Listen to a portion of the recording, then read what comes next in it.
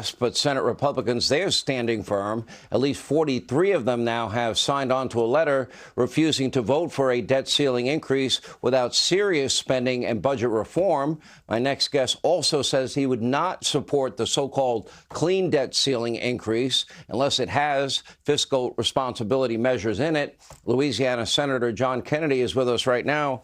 So he had 97 days to meet with McCarthy, 97 days to negotiate. Finally, the House raises the debt ceiling. They return spending to 2022 levels. They reduce baseline budgeting to only a 1% increase annually to keep the budget in line. They also have provisions in there, for example, for energy. To me, it's a great bill. You would be the 44th senator that will not go along with cloture. It looks like it's that bill or no bill, because I don't think Kevin McCarthy is going to be able to change his caucus. Well, there's only one plan on the table, and that's Speaker McCarthy's and Majority Leader Scalise's. Look, Sean, I confess I don't understand President Biden. That's one of the greatest mysteries of the universe, Senator. If you could, I would be listening for hours. Well, there are times that I think President Biden is being advised by the marketing team at Budweiser. His poll numbers are on a journey to the center of the earth. And it's no mystery why. Because of the president's policies, the American people feel chewed up, spit out, and stepped on. Inflation, crime, the border, Afghanistan, the forfeiture of America's energy independence. Because of his COVID policies, our kids have experienced the largest learning loss in modern history. I mean, how many roads must a man walk down until he knows he is lost? Now, Speaker McCarthy has given the president an extraordinary opportunity to demonstrate leadership. And if the president doesn't take it, and he causes America to default on its debt, the president's a smoked turkey. And I don't understand why he doesn't understand that. Today they met finally, and what did the president do? He said, well, I'm going to turn it over to my staff. I don't like your bill that you, even though it's the only plan on the table, I'm going to turn it over to my staff, and we may meet again. Are you kidding me? I mean, fair or not, according to the polls, most Americans think the president is older than the Adirondack Mountains, and that he's not fit to be president. What the president should have done, what I would have done in that situation, is say, okay, Speaker, I appreciate you coming by.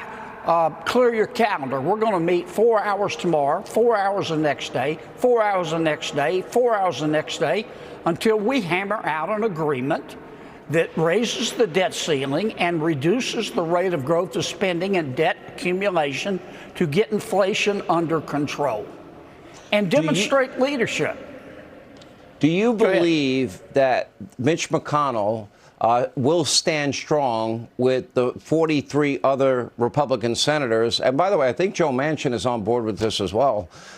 Will he stay firm in insisting on the type of fiscal restraints that the House bill put in place? Well, you'll have to ask Mitch that question, Sean. I just know that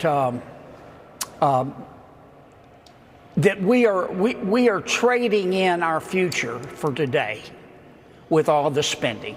The spending and debt accumulation is the underlying reason we have inflation.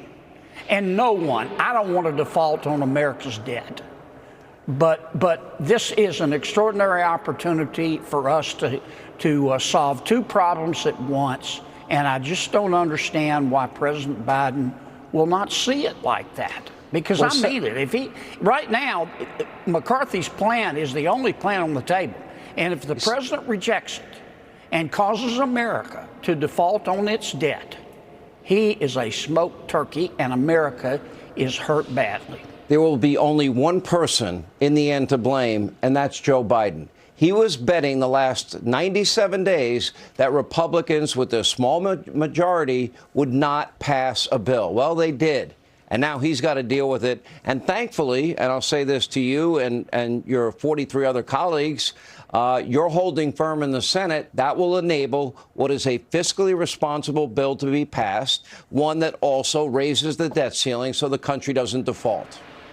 Well, I'm very proud of Speaker McCarthy. I'm very proud of Majority Leader Scalise.